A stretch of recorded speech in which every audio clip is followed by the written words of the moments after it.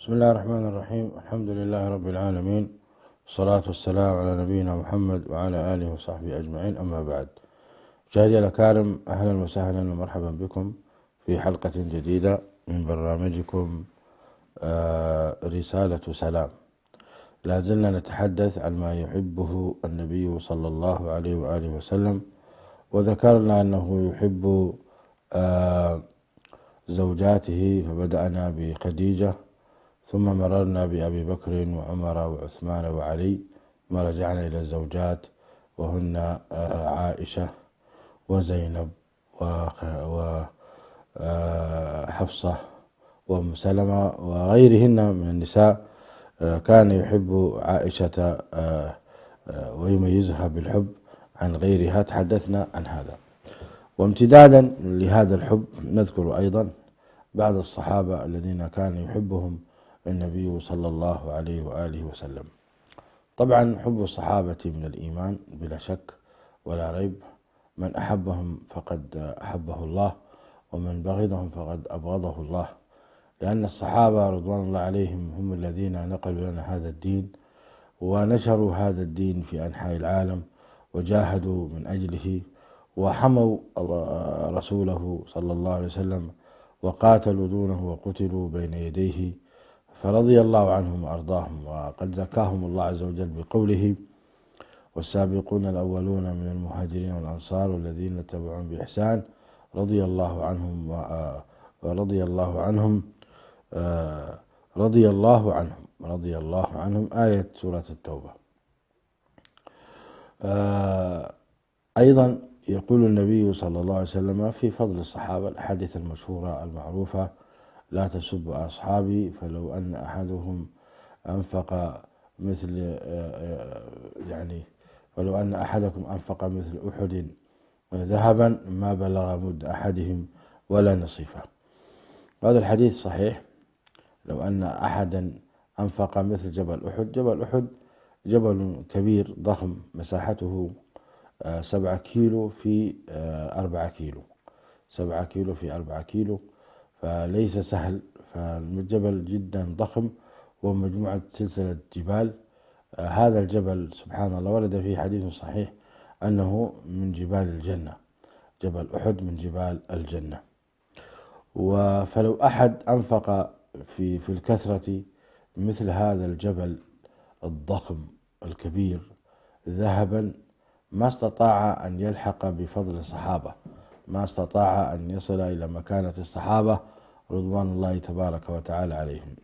يكفيهم أن الله تعالى رضي عنهم، وهذا الرضا أمر عظيم.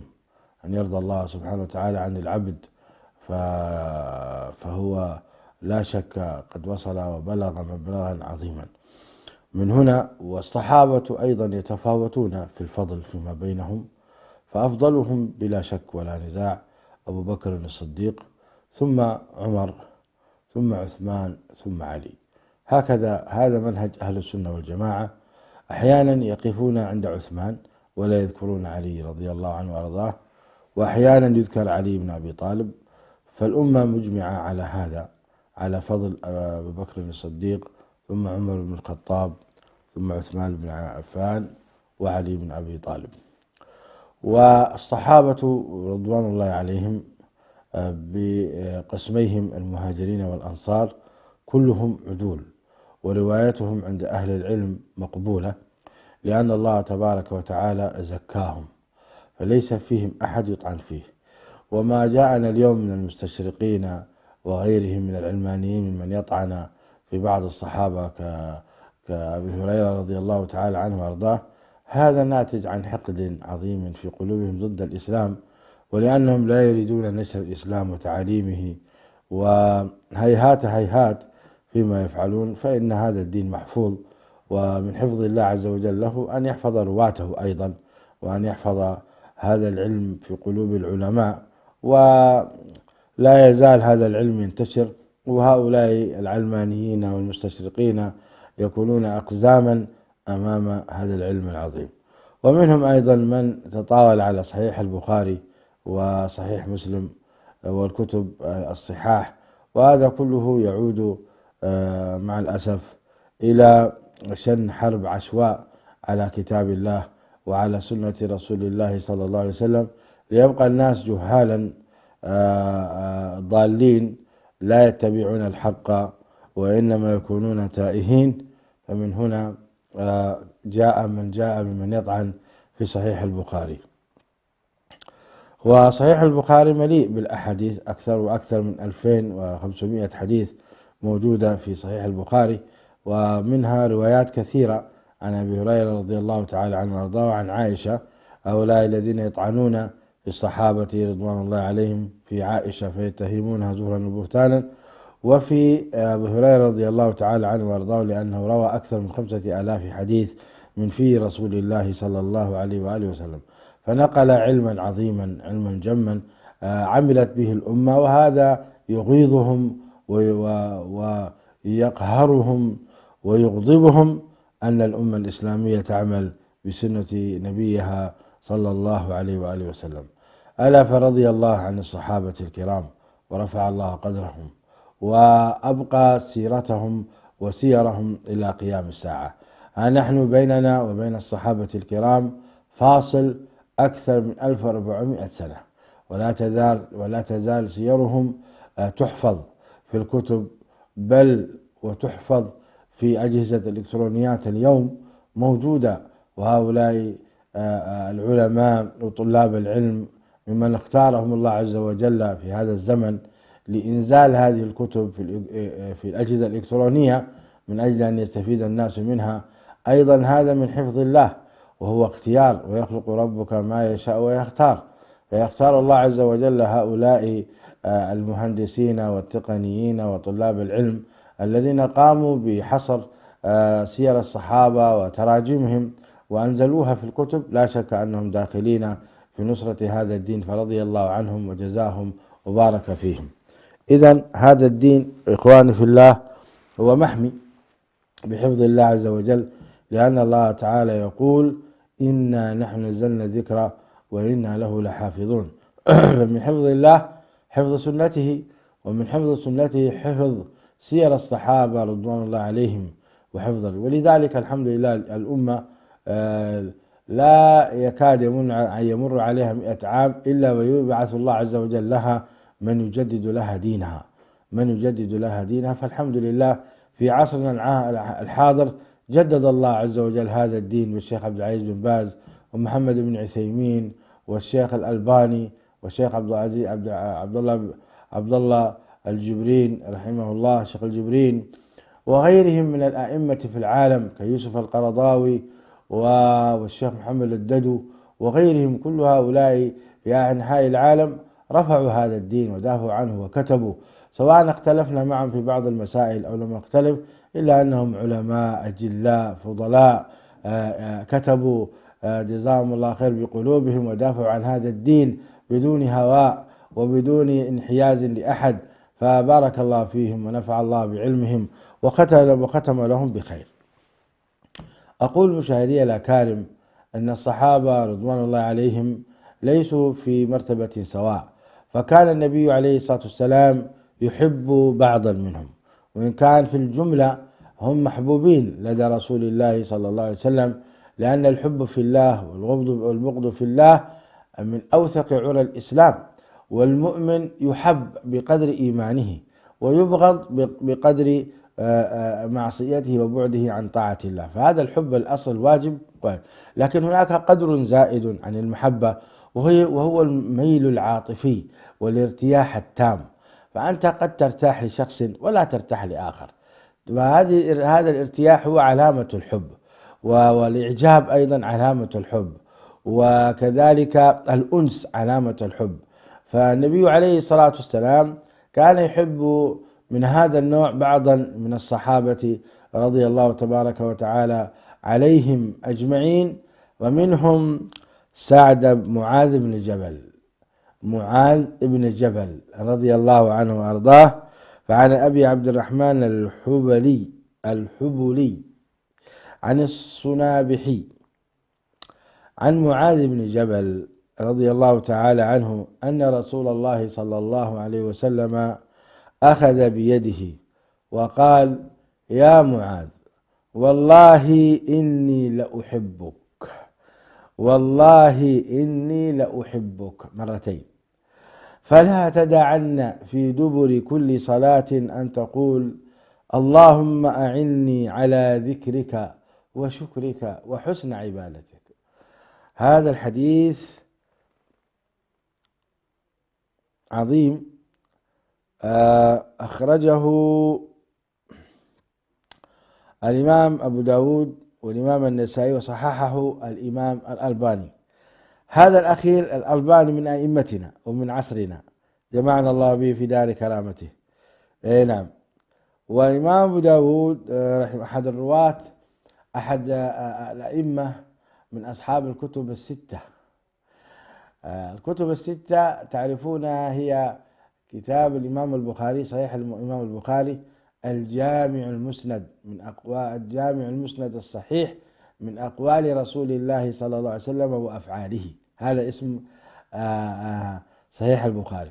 وهناك أيضا صحيح مسلم، هؤلاء إمامان عظيمان تلقت الأمة كتابهما أو كتابيهما بالقبول. وهناك كتاب سنن أبي داود، وهذا أبو داود السجستاني رحمه الله تعالى رحمة واسعة، أحد الأئمة الستة الذي كتب كتابا سماه سنن أبي داود، فقال من أراد أن يكون في بيته نبي يتكلم فليأخذ سنن أبي داود.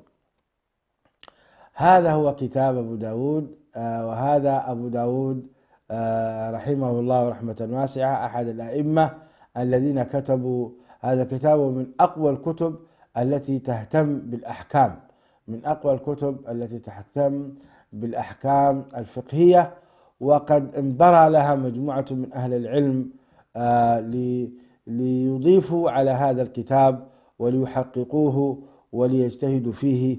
فالحمد لله رب العالمين الذي حفظ دينه وهيأ العلماء وسخر لهم الأمور، فبقي هذا الدين شامخا مع كثرة أعدائه وكثرة المجرمين الذين يحاولون الصد عن سبيل الله، إلا أن الله تحقق وعده سبحانه وتعالى حينما قال هو الذي أرسل رسوله بالهدى ودين الحق ليظهره على الدين كله. فسبحان الله، ليظهره بمعنى أنه سيكون ظاهرا وواضحا ليس خفيا، فأظهره الله عز وجل. أظهر هذا الدين في قلب الدول الكافرة، في قلب الدول الكافرة موجود هذا الدين، موجود من يدعو إليه، موجود من ينشر كتبه، موجود من يدعمه في بلاد الكفار، بل من الكفار أنفسهم من هو معجب بتعاليم هذا الدين، ومن يكتب أيضا في تأييد تعاليم هذا الدين. الحمد لله رب العالمين. نسأل الله تعالى أن يتوفانا مسلمين، اللهم توفنا مسلمين وألحقنا بالصالحين.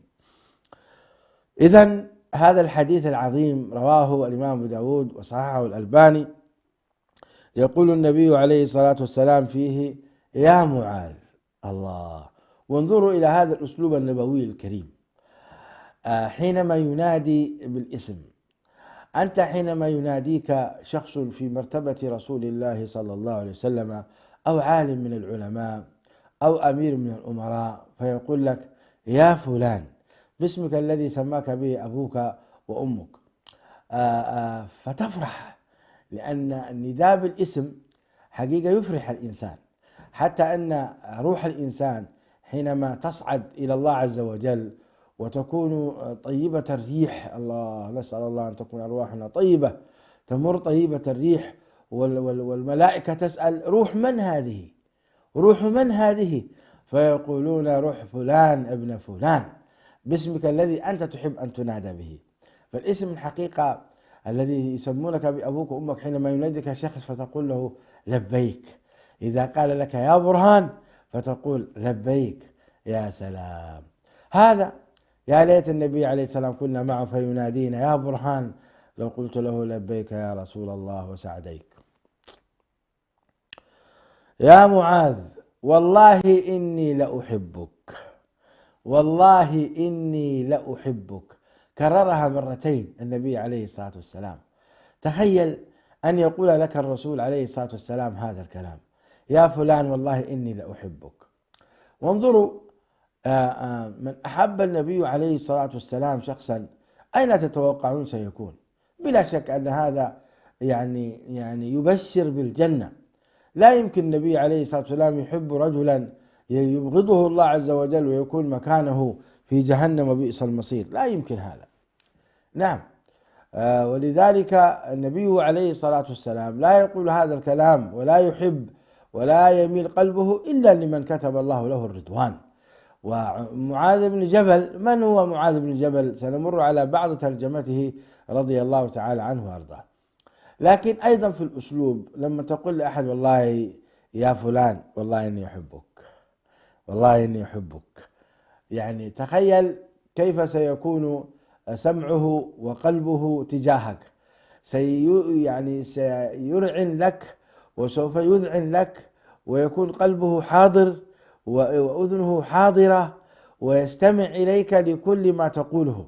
لما تقول واحد والله أنا أحبك، يجيك يبتسم ويقول إيش وراك، إيش عندك؟ ليه؟ لأن هذه مقدمة طيبة تلين القلوب. ثم أيضا كررها النبي عليه الصلاة والسلام: والله لكانت كافية.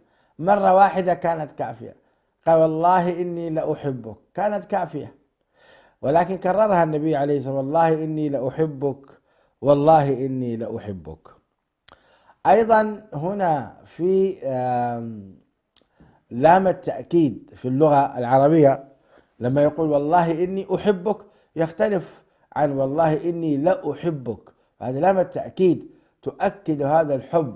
فمعاذ بن جبل عربي قح، فيفهم اللغة العربية ويفهم أن النبي عليه الصلاة والسلام أتى بكل الذي أوتي جوامع الكلم، أتى بكل ما يؤكد هذا المعنى العظيم في قلب معاذ بن جبل. يا معاذ نداء، ثم والله قسم بالله عز وجل: والله إني لأحبك. ولو قال والله إني أحبك كما قلت لكم لكان قد أدى ما عليه الصلاة والسلام. ثم ما هي الوصية بعد هذا؟ الوصية هنا كنز من الكنوز العظيمة، ليست من كنوز الدنيا، وإنما هي كنز من كنوز الآخرة التي تعين العبد على أن يمر في هذه الحياة بأمان وسلام وينجو من عذاب الله عز وجل.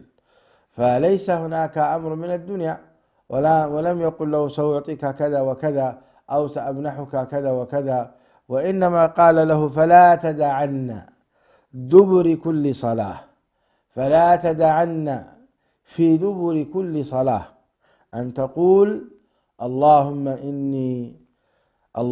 أعني على ذكرك وشكرك وحسن عبادتك.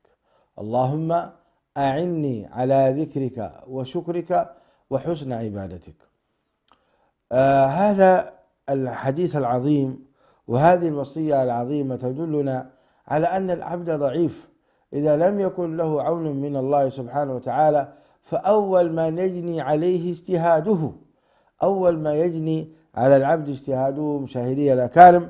لذلك كان لابد أن تدعم عباداتك بالأدعية، وأن تكون خاضعا لله متضرعا بين يديه حتى يكون لك القبول عند الله. اللهم أعني. نعم، العبد يحتاج إلى الإعانة كما نص ذلك شيخ الإسلام ابن تيمية وابن القيم، ومن قبلهم هذا إمامهم صلى الله عليه وسلم يقول لمعاذ: قل فلا تدعن في دبر كل صلاة. ويتأكد هذا الدعاء أنك تقوله في دبر كل صلاة، إما بعد التسليم أو قبل التسليم بعد التشهد، وتكرره 5 مرات. شوفوا كيف مكانة هذا الدعاء، تأمل مكانة هذا الدعاء، لأننا فعلا بحاجة إلى أن يعيننا الله على ذكره وشكره وحسن عبادته. لماذا؟ لكثرة الشواغل ولكثرة الفتن ولتقلب هذه الحياة. فمرة أنت مريض، ومرة أنت صحيح، ومرة أنت غني، وذات مرة أنت فقير والعياذ بالله، ومرة أنت قوي، ومرة أنت ضعيف، وهكذا تقلب الحياة. فتحتاج أنك تثبت على عبادة الله وطاعته، وهذا لا يمكن أن يكون إلا أن يعينك الله عز وجل.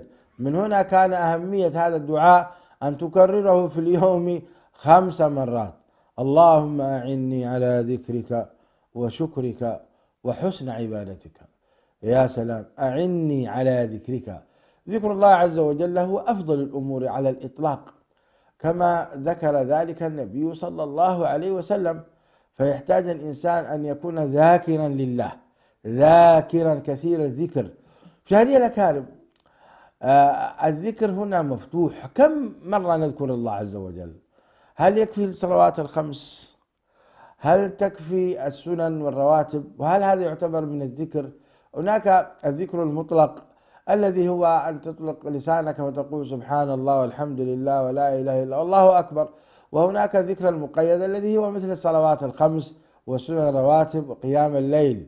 وهناك الذكر من أفضل الذكر قراءة القرآن الكريم. نستغفر الله من التقصير، نستغفر الله من التقصير. قراءة القرآن الكريم من أفضل أنواع الذكر مشاهدي الأكارم.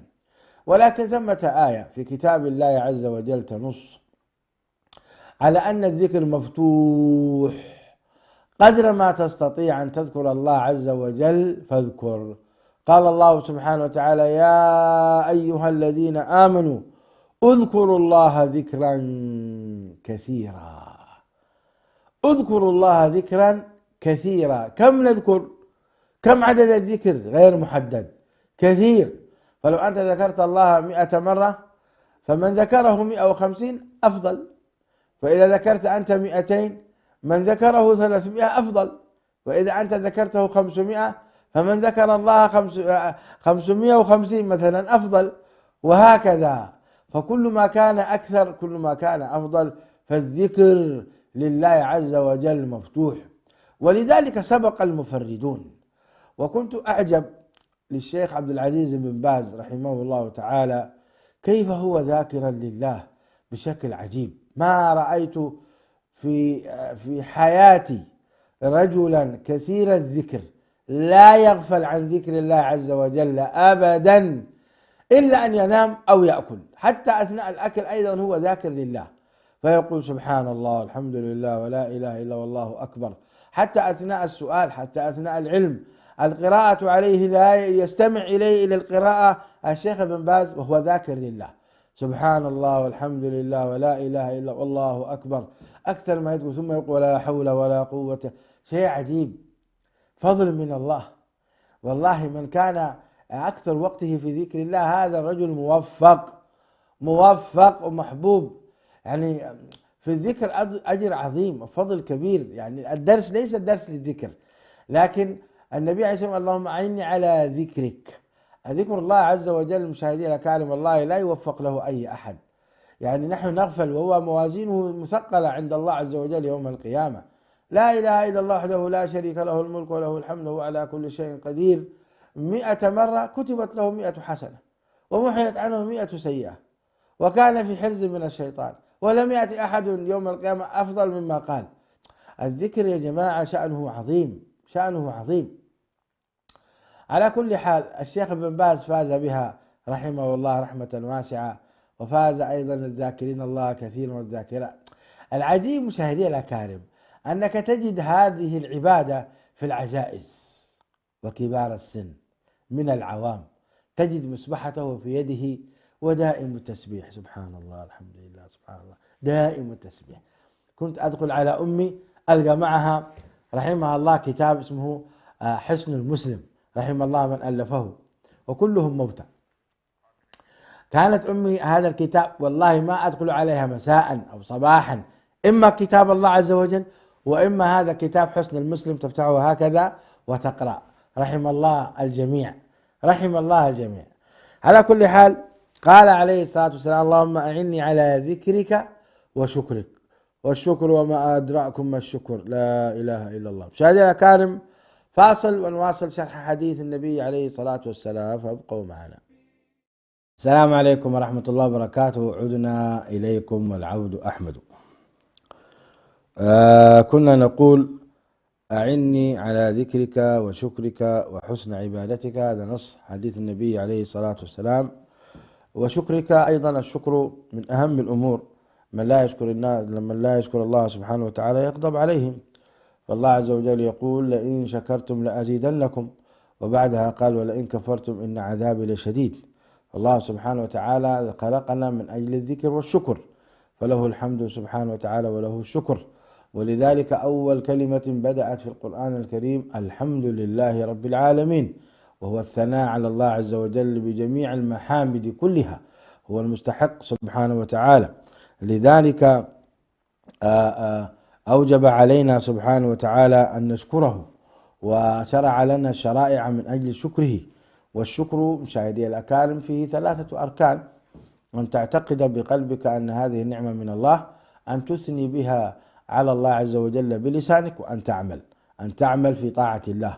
قال الله تبارك وتعالى: اعملوا آل داود شكرا. ثم قال: وحسن عبادتك.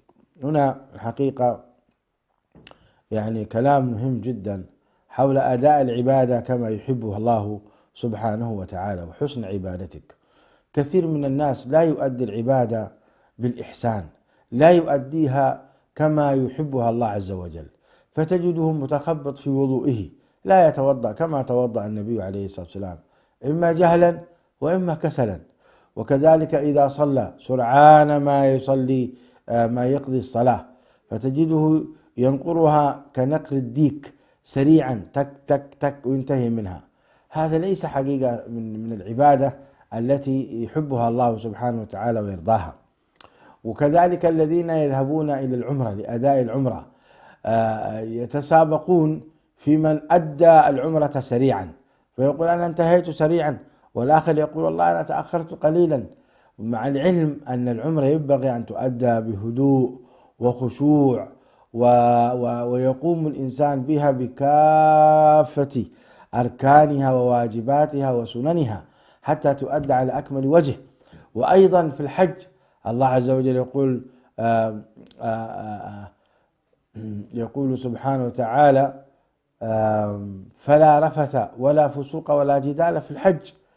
في الحج ليس فيه رفث، وهو الكلام والقول القبيح، وليس فيه جدال، فلا رفث، وليس فيه فسوق أيضا. فهنا تحتاج حتى تؤدي عبادتك على أجمل وجه أنك تسأل الله أن يعينك على أن تكون العبادة ذات حسن وجمال، حتى تكون العبادة ذات حسن وجمال، فإنها حقيقة أمانة. فإذا الإنسان توضأ أو صلى، بل حتى قضاء الحاجة والاستنجاء يجب أن يكون أيضا على أكمل وجه.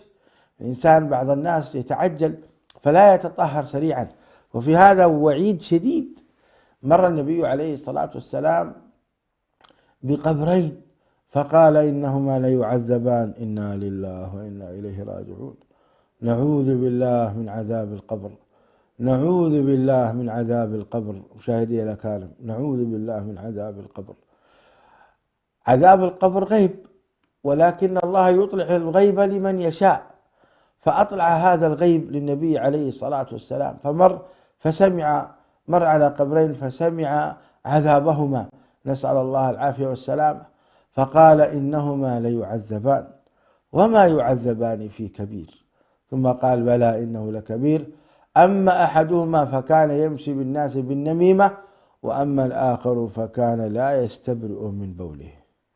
إنا لله وإنا. هذول مسلمين، رأيتم؟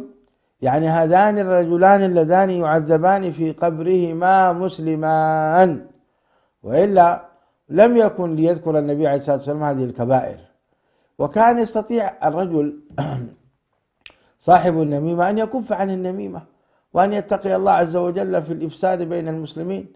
والآخر كان بإمكانه أن يتطهر تطهرا كاملا ويحذر من هذا البول يا إخواني نجس وسم يؤدي بك إلى عذاب القبر، نسأل الله العافية والسلامة.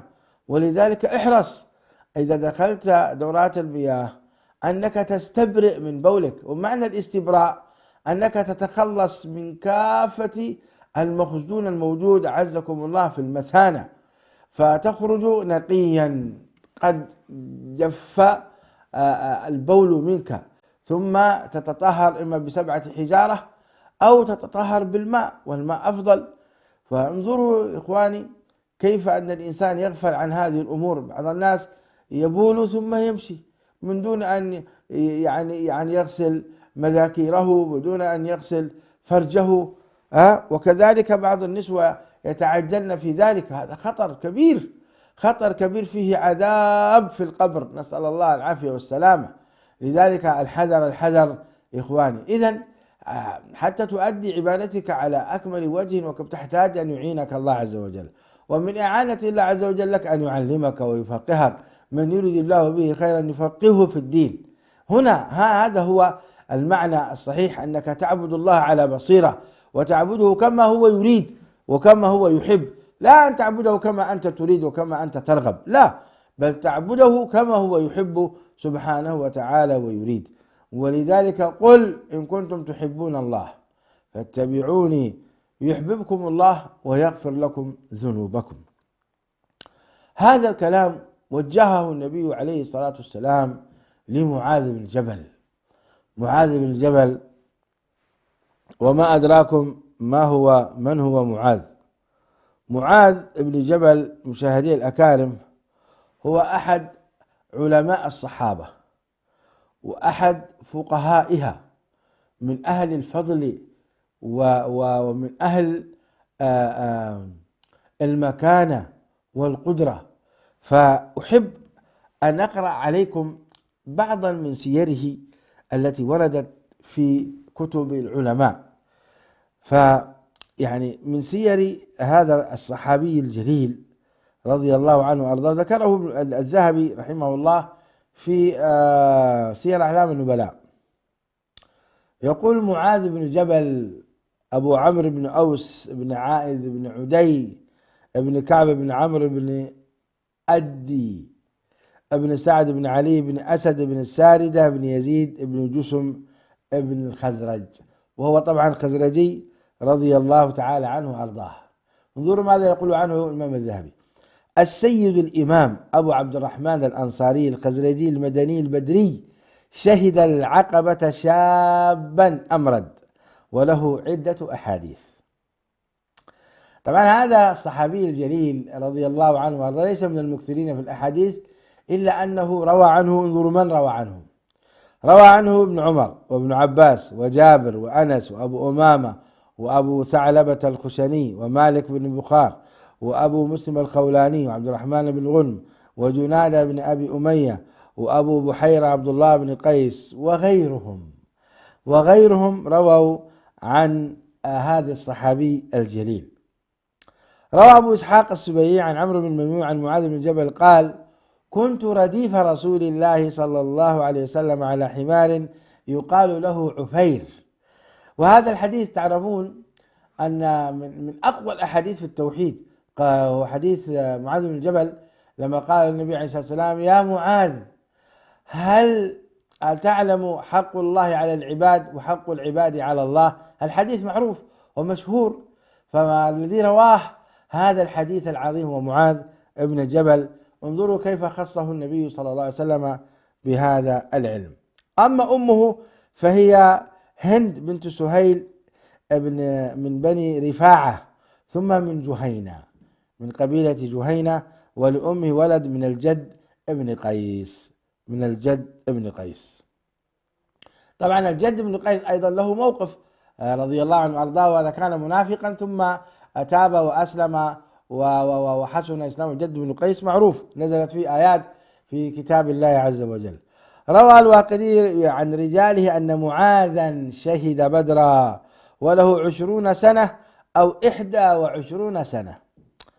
يا سلام، شوفوا الصحابة حينما آمنوا برسول الله صلى الله عليه وسلم كانوا شبابا، يعني شهد العقبة الثانية فيما أحسب، وكان أمردا، عمره 18 سنة فقط.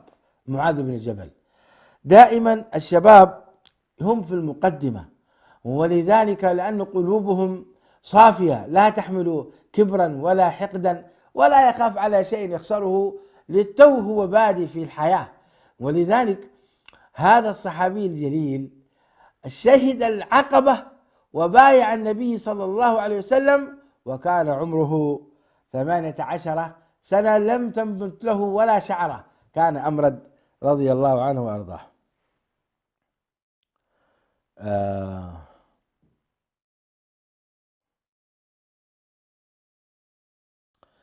وكان رضي الله عنه وأرضاه طويلا حسنا جميلا، كنيته أبو عبد الرحمن، وقيل أبو عبد الله.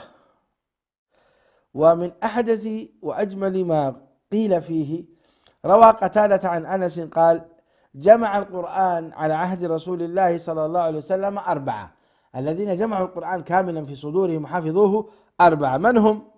أبي بن كعب، وزيد بن ثابت، ومعاذ بن جبل، وأبو زيد ومعاذ بن جبل رضي الله تعالى عنه وأرضاه، وأبو زيد أحد عمومتي، يقول أحد عمومته هو أبو زيد. وقال الإمام أحمد: حدثنا معاوية حدثنا الأعمش عن شقيق عن مسروق عن عبد الله بن عمر قال: قال رسول الله صلى الله عليه وسلم: خذوا القرآن من 4، خذوا القرآن من 4، من ابن مسعود وأبي بن كعب رضي الله تعالى عنه، ومعاذ بن جبل، وسالم مولى أبي حذيفة. سالم مولى أبي حذيفة، هذا سالم أيضا له قصة مع أم حذيفة رضي الله تعالى عنه وأرضاها، لما أرضعته بإذن رسول الله صلى الله عليه وسلم، وعمل هذا الحديث ضجة كبيرة في الإعلام في بعض وسائل أهل العلم الذين يريدون أن يدسوا السم في سنة رسول الله صلى الله عليه وآله وسلم. خذوا القرآن من 4. إذن معاذ بن جبل أحد هؤلاء 4، وهو من حفظة كتاب الله رضي الله تعالى عنه وأرضاه. وأيضا يقول الإمام الثوري عن خالد وعاصم عن أبي قلابة عن أنس مرفوعا: أرحم أمتي بأمتي أبو بكر. الله، أرحم أمتي بأمتي أبو بكر. الله، وأشدها في دين الله عمر. عمر ما كان عنده لعب أبدا، عمر كان شديد على الصحابة ناهيك عن غيرهم. وأصدقها حياء عثمان بن عفان رضي الله تعالى عنه. وأعلمهم بالحلال والحرام معاذ. رأيتم مشاهدي الأكارم، هذا الصحابي الجليل ما نال هذه المحبة هكذا جزافا، كان أعلمهم بالحلال والحرام معاذ، وأفرضهم يعني في علم الفرائض، وأفرضهم زيد، وزيد بن ثابت كان عالما في علم الفرائض. ولكل أمة أمينا، وأمين هذه الأمة أبو عبيدة عامر بن الجراح رضي الله تعالى عنه وأرضاه. والله وددنا أن نجلس على سير هؤلاء الأئمة، يعني صحابي وندرس يعني مواقفهم وإيمانهم وعباداتهم وشجاعتهم وإقبالهم لله عز وجل. إذن صاحبنا هذا الذي معنا معاذ بن جبل، وكان يحبه النبي عليه الصلاة والسلام، نشهد الله أننا أيضا نحبه. لماذا؟ لأن النبي عليه الصلاة والسلام كان يحبه. وهذا الهدف من هذا الدرس، أننا نحب ما يحب النبي صلى الله عليه وسلم، ونبغض ما يبغضه عليه الصلاة والسلام.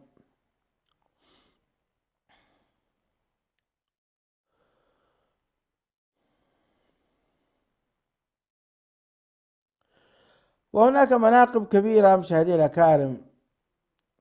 من أعظم ما قيل في معاذ بن جبل، روى أبو إسحاق الشيباني عن محمد بن عبيد الله الثقفي قال: قال رسول الله صلى الله عليه وسلم: يجيء معاذ يوم القيامة أمام العلماء بين يدي العلماء.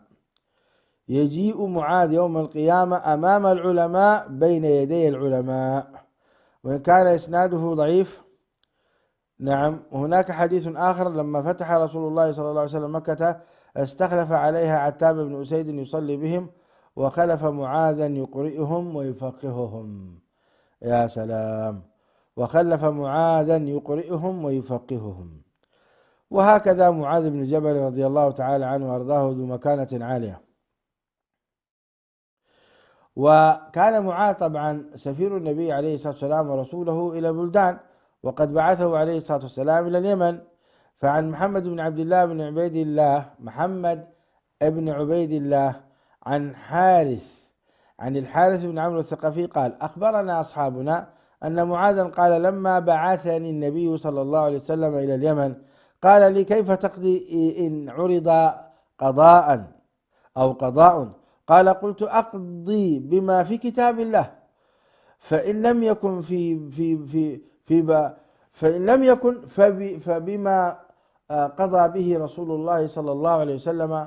قال: فإن لم يكن فيما قضى به الرسول. قال: أجتهد رأيي ولا آل. فضرب صدري وقال: الحمد لله الذي وفق رسول الله صلى الله عليه وسلم لما يرضي الله. نعم.